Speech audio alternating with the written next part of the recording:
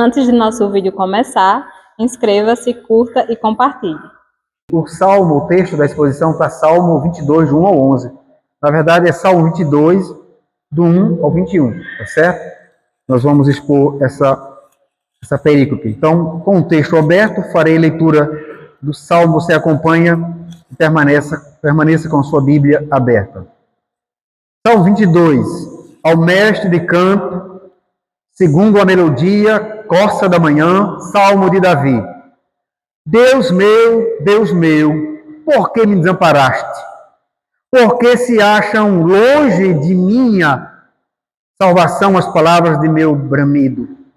Deus meu, clamo de dia e não me respondes. Também de noite, porém, não tenho sossego. Contudo, tu és santo, entronizado entre os louvores de Israel. Nossos pais confiaram em ti, confiaram e os livrastes. A ti clamaram e se livraram, confiaram em ti e não foram confundidos. Mas eu sou verme e não homem, opróbrio dos homens e desprezado do povo.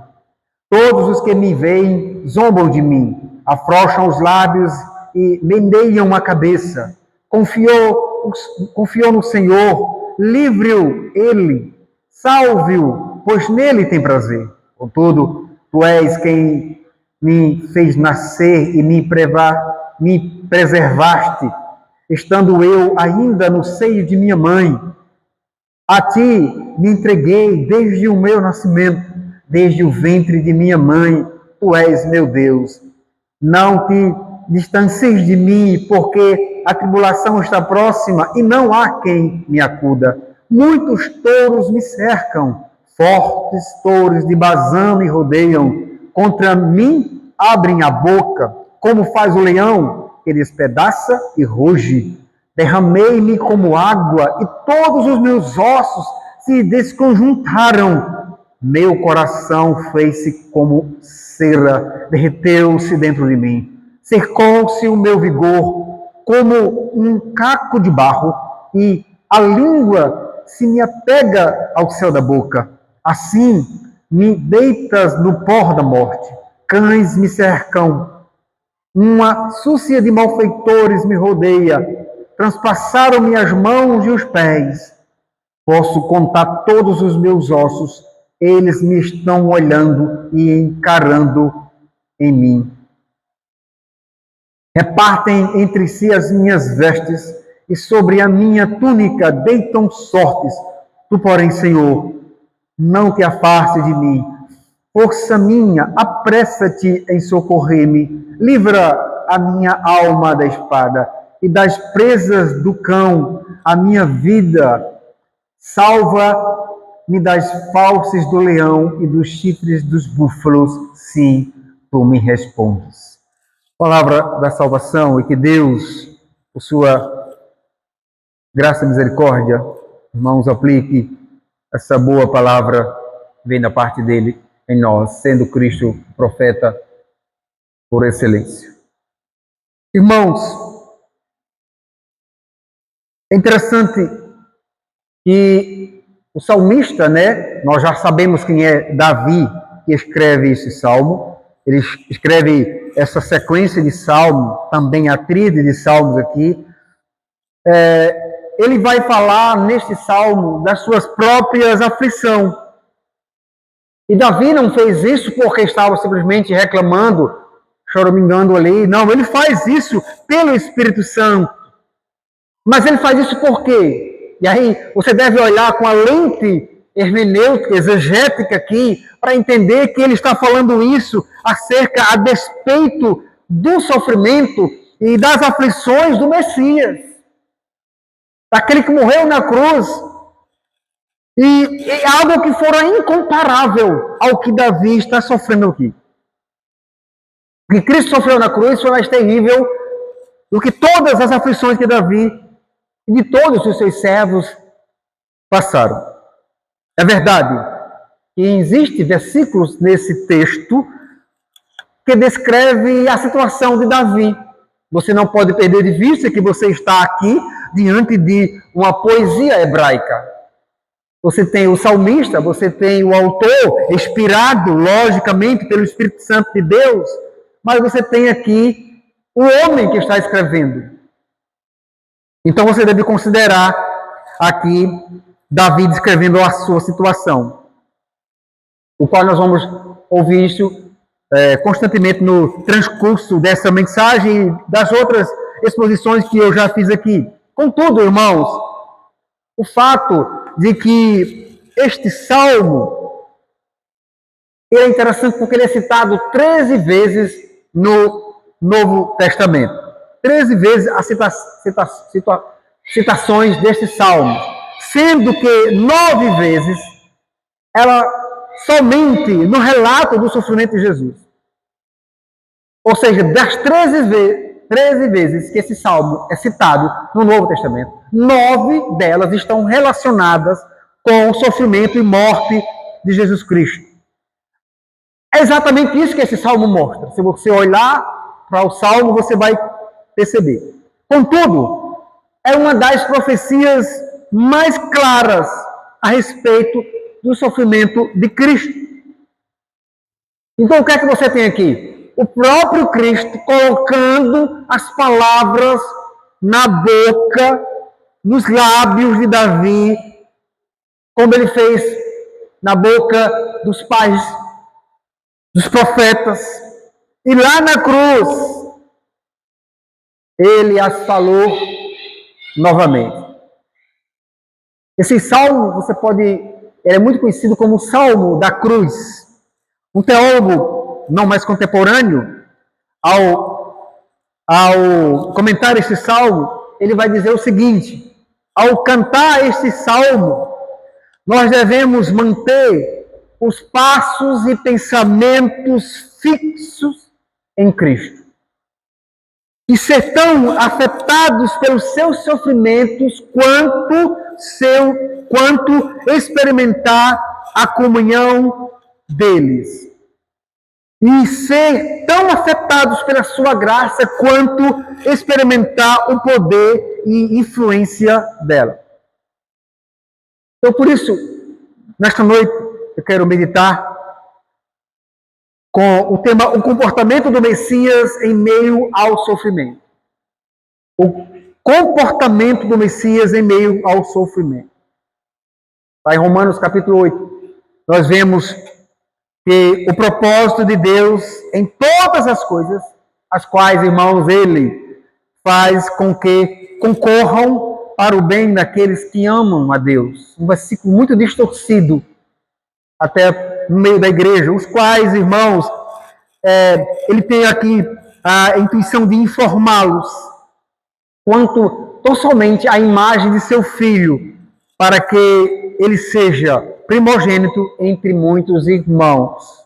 Assim sendo, nestes salmos nós veremos, ou nesse salmo, ao vermos Cristo como servo de Deus, como o Messias, como ele se comportou em meio ao sofrimento.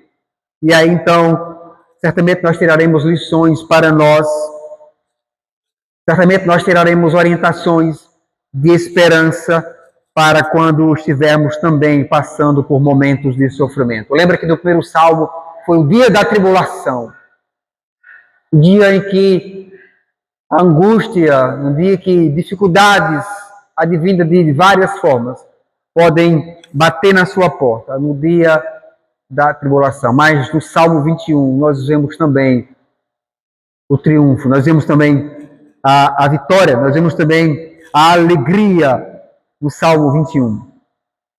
Nesses versículos, do versículo 1 ao 20, nós vemos também o triunfo da fé em Deus. Irmãos, diante de tantas dificuldades, diante de tantas angústias que são colocadas diante de nós, diante da nossa vida, diante de tanto mal operando no mundo, nós precisamos ter uma resposta à luz da palavra. A primeira coisa que nós podemos ver, então, nesse salmo, então, o primeiro ponto seria a fé em Deus insiste mesmo diante do abandono de Deus. A fé em Deus insiste mesmo diante do abandono de Deus. Versículo 1 ao 5. Volte seus olhos. Na força do Senhor, o rei se alegra. Li o versículo 20 ao 21. Deus meu, por que me desamparaste? Essas palavras são conhecidas de nós, não é verdade? Quem cita essas palavras é exatamente Cristo lá na cruz. Irmãos, nós não temos como saber exatamente aqui o que era essa melodia, Costa da Manhã. Você vai ver, nós já vimos isso, que esse salmo, essa coletânea de salmos, o Salmo 20, que diz ao mestre de canto, Salmo de Davi, o 21, ao mestre de canto, versículo, Salmo 22, ao mestre de canto. Você sabe que esses salmos foram feitos e entregados ao mestre de canto para que esses salmos fossem cantados ali no culto. Aqui nesse contexto você não tem, se foi escrito por Davi, como eu creio que seja, você não tem o templo, como os salmos foram cantados nas escadarias do templo, mas você tem o tabernáculo. Então esses salmos foram feitos para ser cantados no culto, no Antigo Testamento. Alguns traduzem aqui esse como ajuda ao romper do dia, que sugere uma situação de sofrimento. Mas o Salmo 1, ele nos remete exatamente às últimas palavras de Cristo que foram proferidas por ele na cruz, lá no Calvário. Deus meu, por que me desamparaste? Mateus 27, 46. Ou seja, essas palavras revelam um profundo desespero, uma angústia na alma. Ninguém, exceto o Filho de Deus, lá na cruz, experimentou o total abandono de Deus. Lá na cruz, Cristo suporta a fúria. Na cruz, Cristo suporta toda a penalidade da lei, toda a extensão da lei, toda a justiça de Deus contra o nosso pecado. Aquele momento, somente Deus poderia livrá-lo, mas era justamente, irmãos, contra o próprio Deus que Cristo estava. Por quê? Porque aquele vindica a sua justiça contra o pecado. Ele é santo, entronizado entre os louvores de Israel. O versículo 3 nos diz isso, meus irmãos. Não havia quem pudesse vir em seu socorro. Davi, ele passou por momentos difíceis em sua vida. Momentos em que ele sentir a mão de Deus. Você tem diversos salmos, você tem em 2 Samuel textos apontando para esse momento. Então você tem aqui Davi sendo alcançado, Davi passando por tempos difíceis. Mas o que você não vai ver, da mesma forma que Jesus sentiu na cruz, você não vai ver Davi sentindo no mesmo aspecto como Cristo sentiu.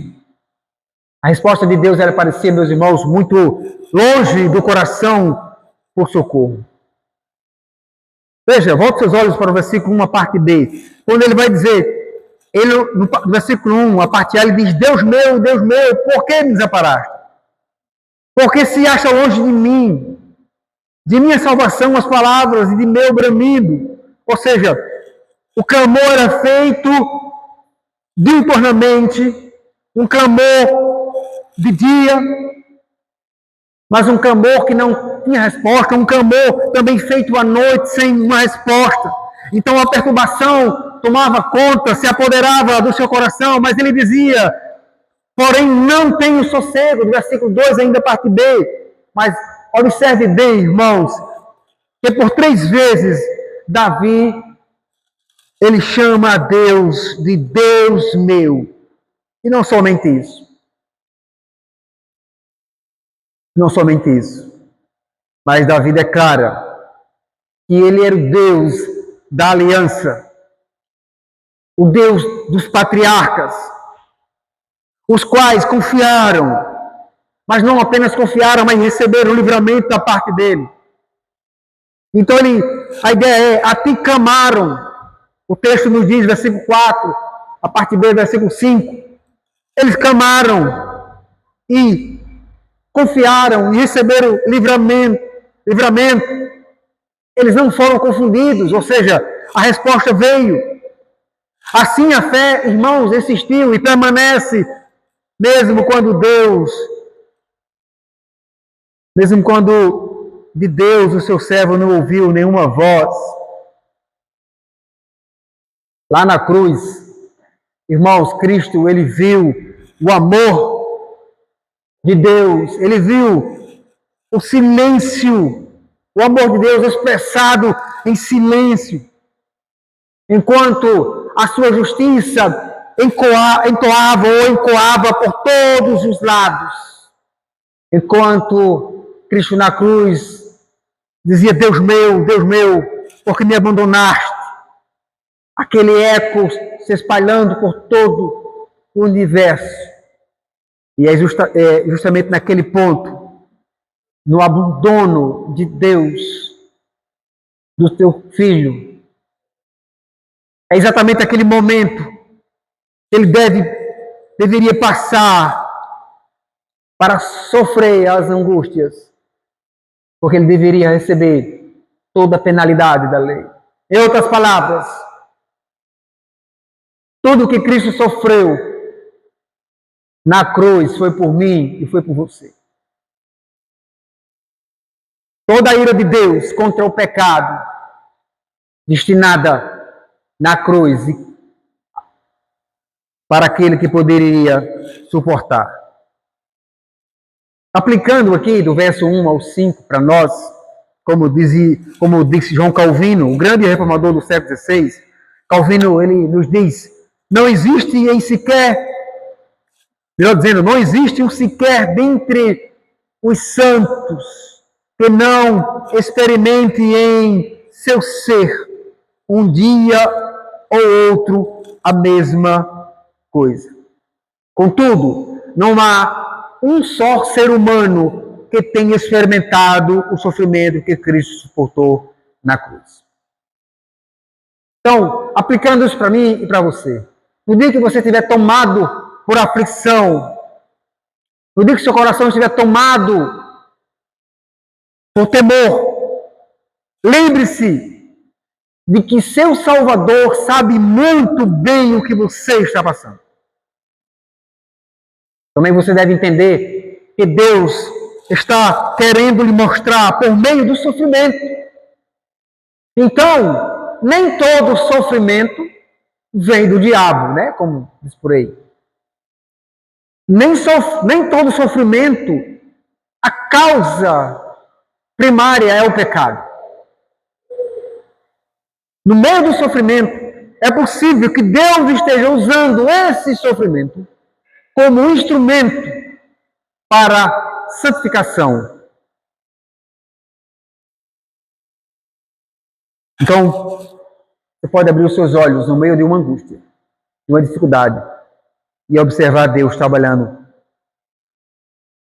Ele pode estar em silêncio em relação à sua dor, ao seu clamor, mas Ele não te desamparou. O único Filho de Deus que experimentou de fato o abandono dele foi o Senhor Jesus Cristo. O único que não merecia, mas era o único que poderia suportar tal abandono, porque lá na cruz ele estava suportando a ira de Deus, que era para nós. E aí perceba, para nós, antes da regeneração, Deus não está irado contra nós no aspecto de nos condenar porque somos salvos.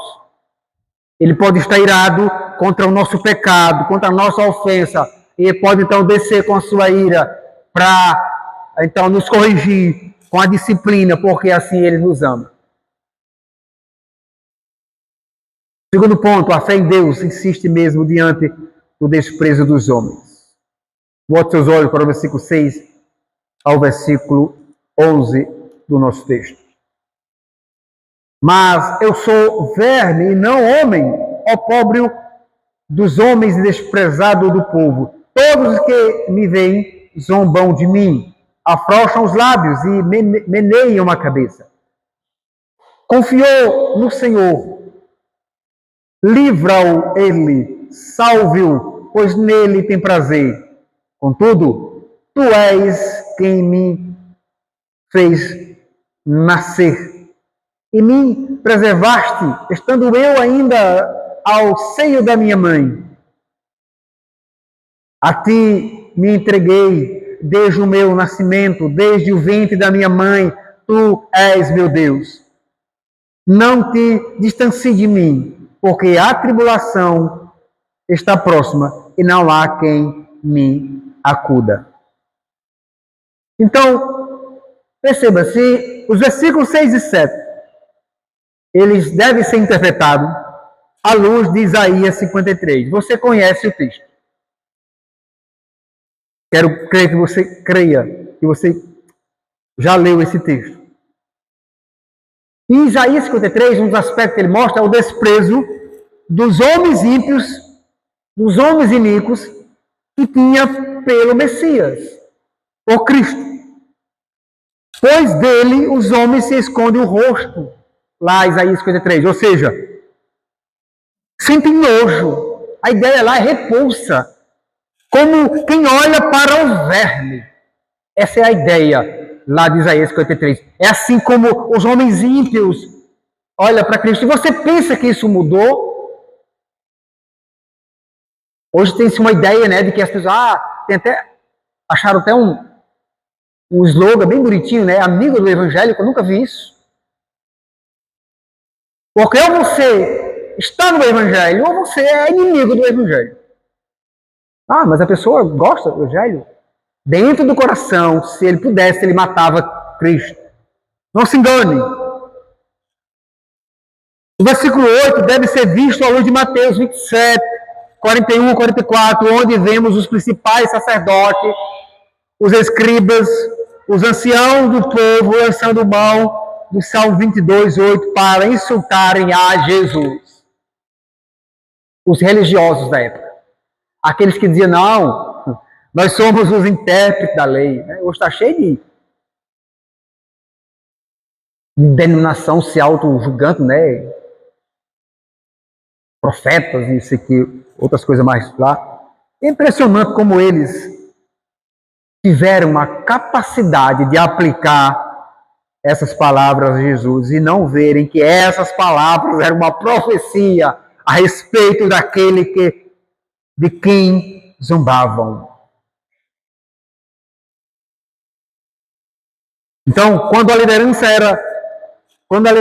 erra, quando ela leva consigo os demais, pois Mateus afirma que até os ladrões que foram crucificados ao lado de Jesus Cristo também zombavam dele com essas palavras, mas os versículos 9 e 10 expressam a fé, expressam a esperança que Davi tinha em Deus, irmãos. Novamente, então, ele clama a Deus, de Deus meu. Volte seus olhos para o versículo 10. A ti me entreguei desde o meu nascimento, desde o ventre da minha mãe. Tu és o meu Deus. Reconhecendo Deus. Novamente ele clama por Deus. Veja, novamente ele nos remete à aliança com seu servo. Deus havia feito uma aliança com Davi, irmãos, desde antes do seu nascimento. Veja, como é claro aqui a eleição, como é claro o decreto. Eu não sei como é que as pessoas leem o Evangelho e ainda concebem a ideia de que um crente salvo pode perder a salvação. É como se Deus não soubesse o que está fazendo. E Paulo nos diz que a salvação acontece num campo distante de nós. Por ser um decreto de Deus, e perceba e aí se você for supralapsarianismo, ou seja, se você for supra, você vai entender que Deus decreta primeiramente todas as coisas.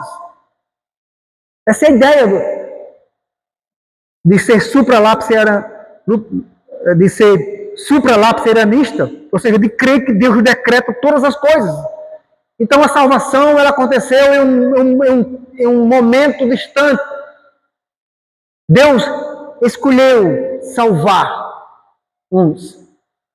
E se Ele escolheu, e se Ele decretou, isso é irrevogável, porque é um atributo que só pertence a Deus, a imutabilidade. Deus não muda de gosto, como nós fazemos constantemente. Deus havia feito uma aliança com o seu servo. Qual foi a aliança? Eu vou proteger você, Davi. Eu vou dar vitórias a você. E ele fez isso. A aliança de Deus com seus filhos, irmãos, vem desde antes da existência deles para mostrar que não é por mérito nosso. Aí, se você ainda tem dúvidas sobre a eleição, o decreto, Deus me escolheu por quê? O que Deus viu de bom em mim? Nada. Nada.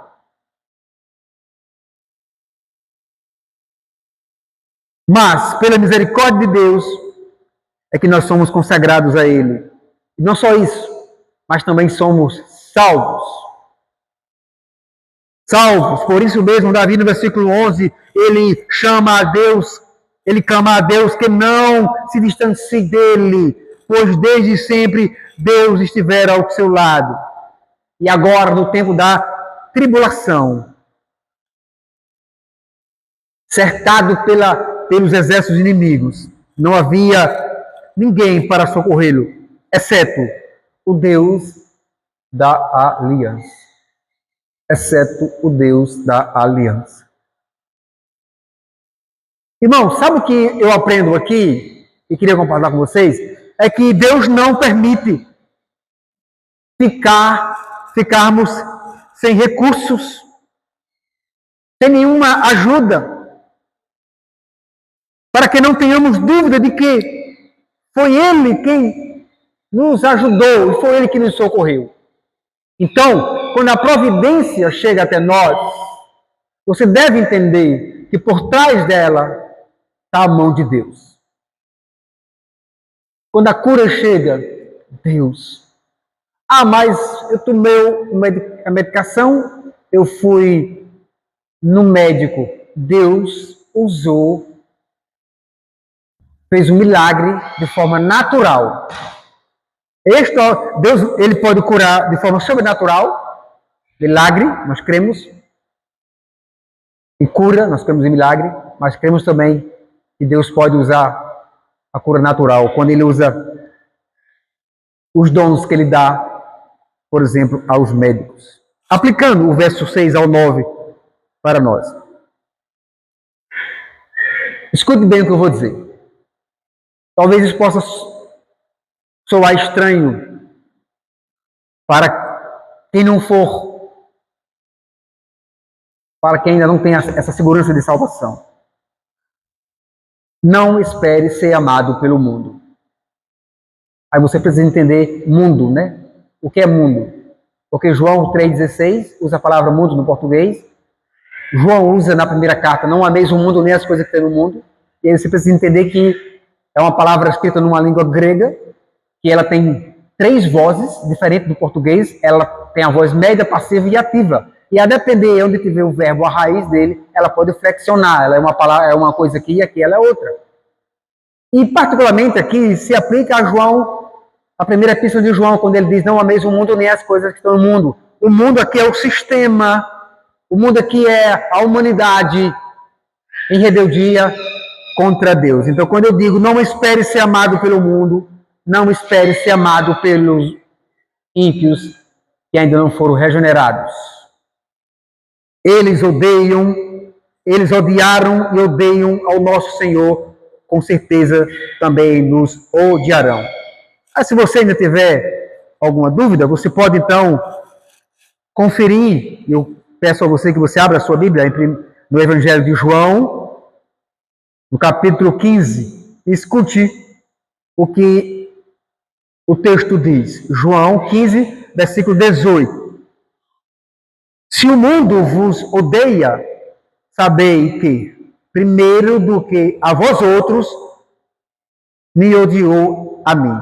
Isso é Cristo, essas palavras são de Cristo. Então, para que não fique só nas minhas palavras, são as palavras de Cristo. Se eles odiaram a Cristo, fique tranquilo que também vão odiar a você. Ou seja, o mundo vai fazer de tudo para impedir, por exemplo, de você vir ao culto, de você se dedicar à oração, à evangelização, a santificar a sua vida, a ter uma vida de piedade. E sabe como isso acontece de forma muito sorrateira? Você está para ir para o culto e de repente bate alguém na sua porta, um vizinho, um parente, um primo, e você chega atrasado do culto, perto do culto, uma festa de aniversário de um parente que você não vê, que não vai para a igreja, que não quer no evangelho, mas você vai para o aniversário e deixa de vir para o culto, porque naquele dia você diz, Senhor Jesus, eu amo o Senhor, você me salvou, mas hoje não, viu? Eu vou dar uma prioridade aqui, é um parente meu. É exatamente nesse exato momento que o mundo está trabalhando para que atrapalhe a sua fé e a sua comunhão com o Senhor. Não se engane. Porque às vezes há um discurso de ódio sendo feito há séculos contra a igreja e contra Cristo. Em meio ao sofrimento desta vida, especialmente aqueles por causa da sua fé em Cristo, você deve permanecer firme. E não se esqueça de que a base da sua confiança em Deus deve ser somente o caráter fiel de Deus. Deve ser tão somente o caráter fiel de Deus. Porque Ele estabeleceu uma aliança com você. Então, Deus não está esquecido. Não. Nós é que temos amnésia, né? Nós que muitas vezes bate aquele esquecimento que...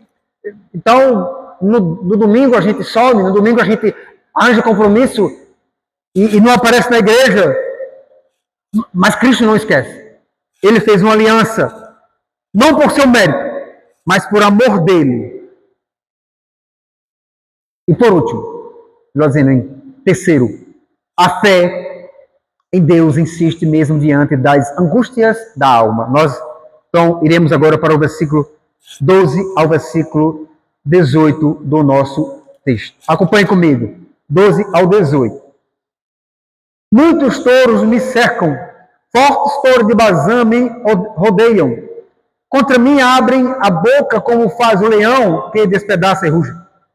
Derramei-me como água e todos os meus ossos se desconjuntaram. Meu coração fez-se como cera. Derreteu-se dentro de mim, secou-se o meu vigor como um caco de barro e a língua se me apega ao céu da boca. Assim, me deitas no pó da morte. Cães me cercam, uma súcia de malfeitores me rodeiam, transpassaram-me as mãos, transpassaram-me os pés, não tem transpassaram-me os pés, mas eu estou dizendo, transpassaram-me as mãos, transpassaram-me os pés. Posso contar todos os meus ossos. Por quê? Porque nenhum deles foram quebrados. Eles estão me olhando, encarando em mim. Repartem entre si as minhas vestes e sobre a minha túnica deitam sortes. Esses versículos expressam uma tremenda angústia, uma intensa angústia que Davi estava passando. Contudo, muitos dos dados escritos aqui nunca aconteceram com Davi, e por isso mesmo eles têm um propósito maior, a saber, mostrarem a angústia, meus irmãos, de Cristo, horas antes da crucificação. Os inimigos mais fortes são comparados aqui como touros de Bazã. Você deve entender aqui, porque Davi usa essa linguagem, porque os inimigos mais fortes são comparados, versículo 12, a leões, são comparados como leões, versículo 13, 21, a búfalos, enquanto que os menores a cães. todos aqueles que cercavam Cristo, todos aqueles que queriam a morte de Cristo. E aí Bazã era a região que hoje é conhecida como Colinas de Golã, uma região fértil na qual bois selvagens viviam. Essa é a ideia aqui da poesia hebraica. E esses bois selvagens rodeavam um alvo comum e destruíam ele. O Senhor Jesus se viu cercado, irmãos, por inimigos. Se viu cercados por todo tipo de pessoas.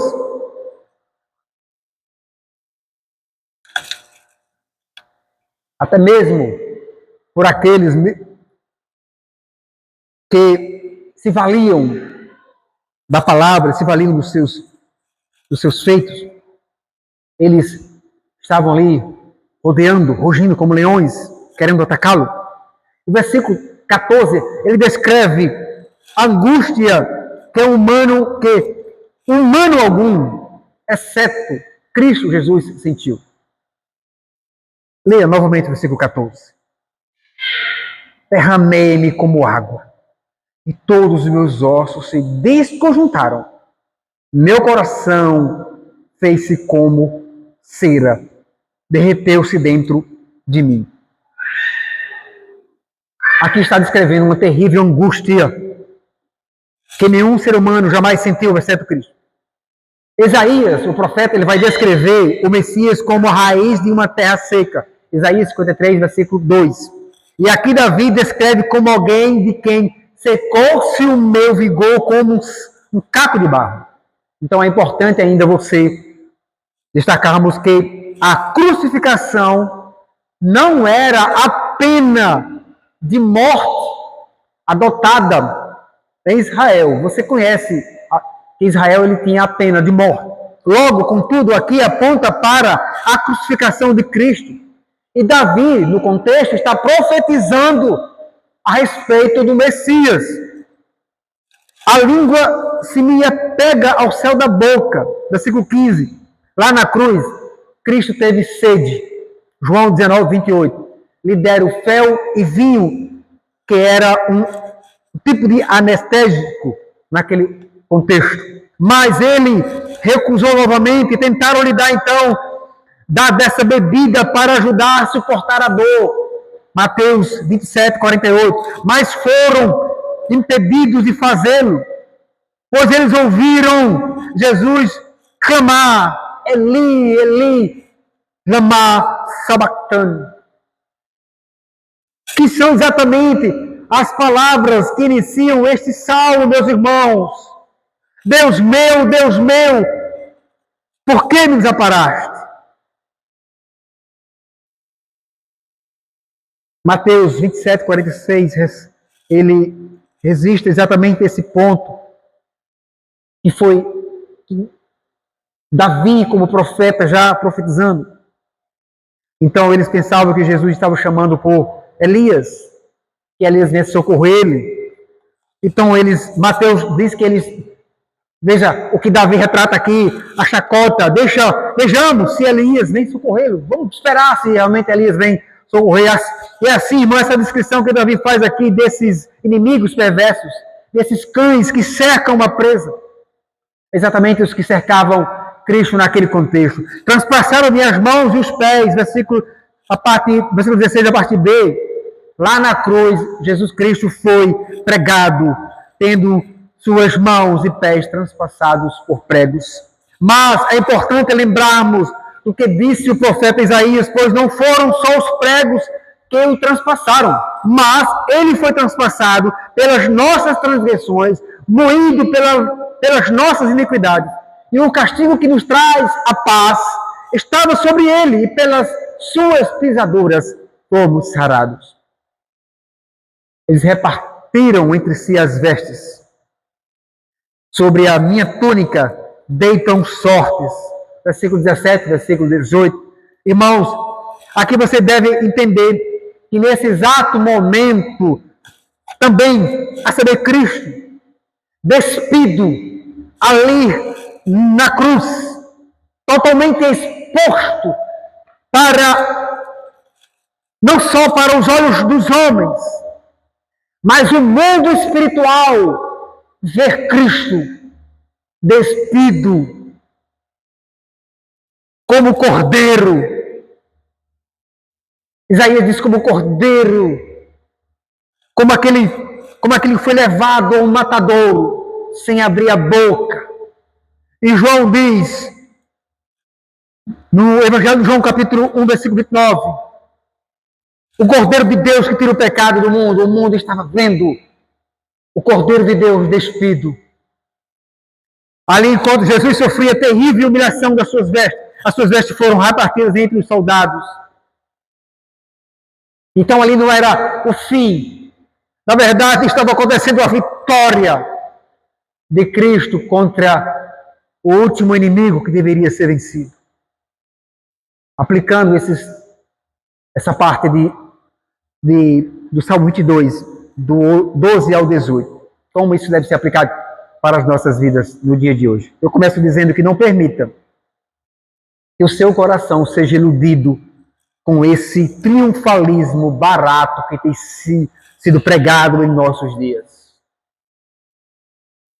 Dizendo, eu determino, venha receber sua bênção, faça 7 semanas de oração, qualquer besterol desse tipo. Os servos de Deus sofrem. E no sofrimento é uma realidade em nossa vida, no meio da igreja. E no sofrimento nós conseguimos bênçãos de Deus. Mas como identificar que naquele ponto, exatamente naquele momento, Cristo está ali cuidando de nós? Eu acho que esse é um dos grandes desafios nossos como igreja. Por quê? Porque talvez no meio do sofrimento a gente comece a murmurar. Comece então a deixar de vir para a igreja, deixar de ler a Bíblia. Irmãos, o chamado de Cristo para segui-lo começa com a crucificação, com a mortificação do próprio ego, do nosso próprio eu. E eu desconheço maior sofrimento do que este, a saber, negar nós mesmos aquilo que tanto queremos. Por vezes queremos fazer a nossa vontade, o nosso desejo. Por último, do versículo 19 ao versículo 21, a fé em Deus triunfa, enfim. Bote os olhos para o texto. Tu, porém, Senhor, não te afaste de mim, força minha, apressa-te em socorrer-me, livra minha alma da espada e das presas do cão, da minha vida, salva-me das fauces do leão e dos chifres dos búfalos, sim, tu me respondes. A fé em Deus triunfará, enfim. Irmãos, apesar das inúmeras investidas dos inimigos, apesar da imensa angústia em seu coração, saiba que a fé em Deus sempre triunfa, porque o próprio Deus é quem efetua o socorro e o livramento em nossa vida. Assim como Cristo, devemos chamar a Deus e esperar o seu agir. No verso 1 e verso 11, o salmista via Deus longe de seus clamores. Mas aqui, pela terceira vez, ele se volta para Deus e clama. Ele vai dizer, não te afaste de mim, força minha, apressa-te em socorrer-me. Por que ele faz isso? Porque ele sabia que somente Deus poderia livrá-lo. Irmãos, as expressões que aparecem aqui, apressa, ou espada, presas de cão, fauces, a fauce aqui é a garganta, né, do leão, ou chifre dos búfalos, ela aponta para o risco de morte a qual ele estava constantemente exposto. Porém, apesar disso, ele se dirige a Deus em oração e ele faz uma afirmação. Sim, tu me respondes. No versículo 21. Que bendita confiança que, olhando para um texto desse, eu e você poderemos também ter. Mas, como se esse livramento ou melhor dizendo, como esse livramento se aplica a Cristo, sendo que ele morreu na cruz. Calvino, ele nos ajuda a entender melhor isso, e ele vai afirmar a seguinte forma, ele vai dizer que devemos olhar para além da cruz, isto é, para a ressurreição.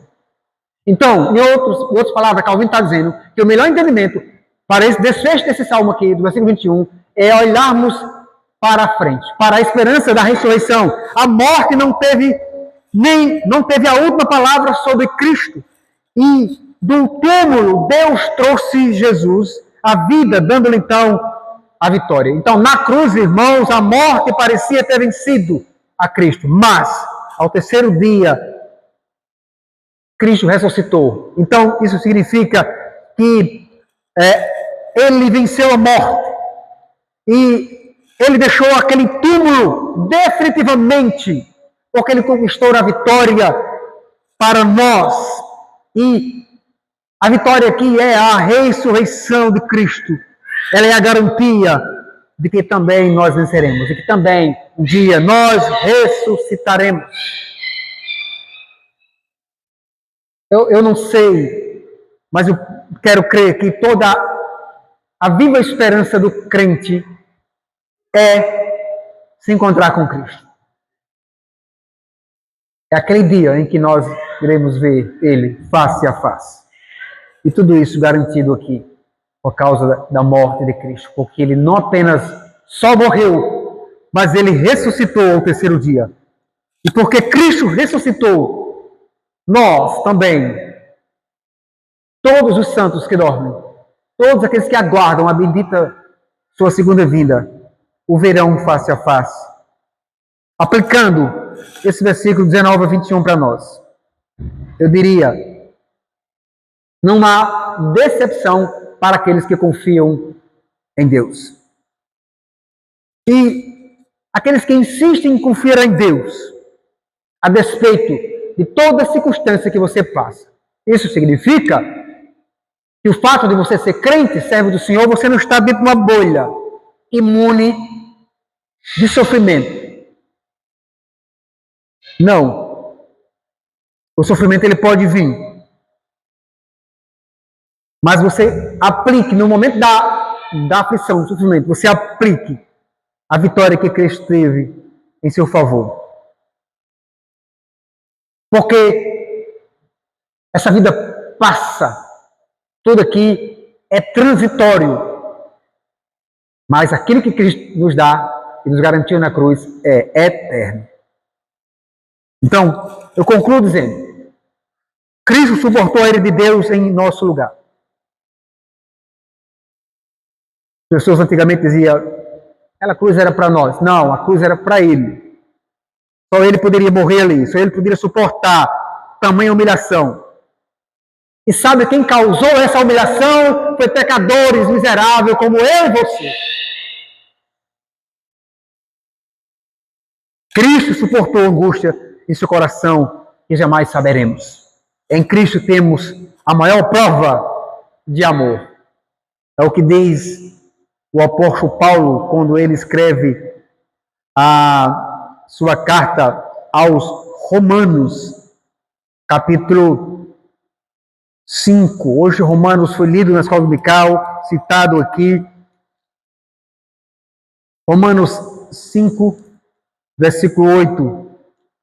Para a nossa conclusão, mas Deus prova o seu próprio amor para conosco, pelo fato de ter Cristo morrido por nós, sendo nós ainda pecadores. A minha oração é que Deus nos dê graça para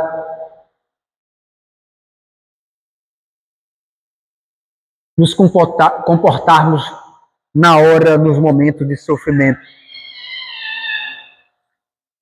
Não como Cristo suportou, porque aquilo somente Ele poderia fazer, mas confiando sempre no seu socorro. E em Deus, obedecendo o Pai. Que Deus nos abençoe.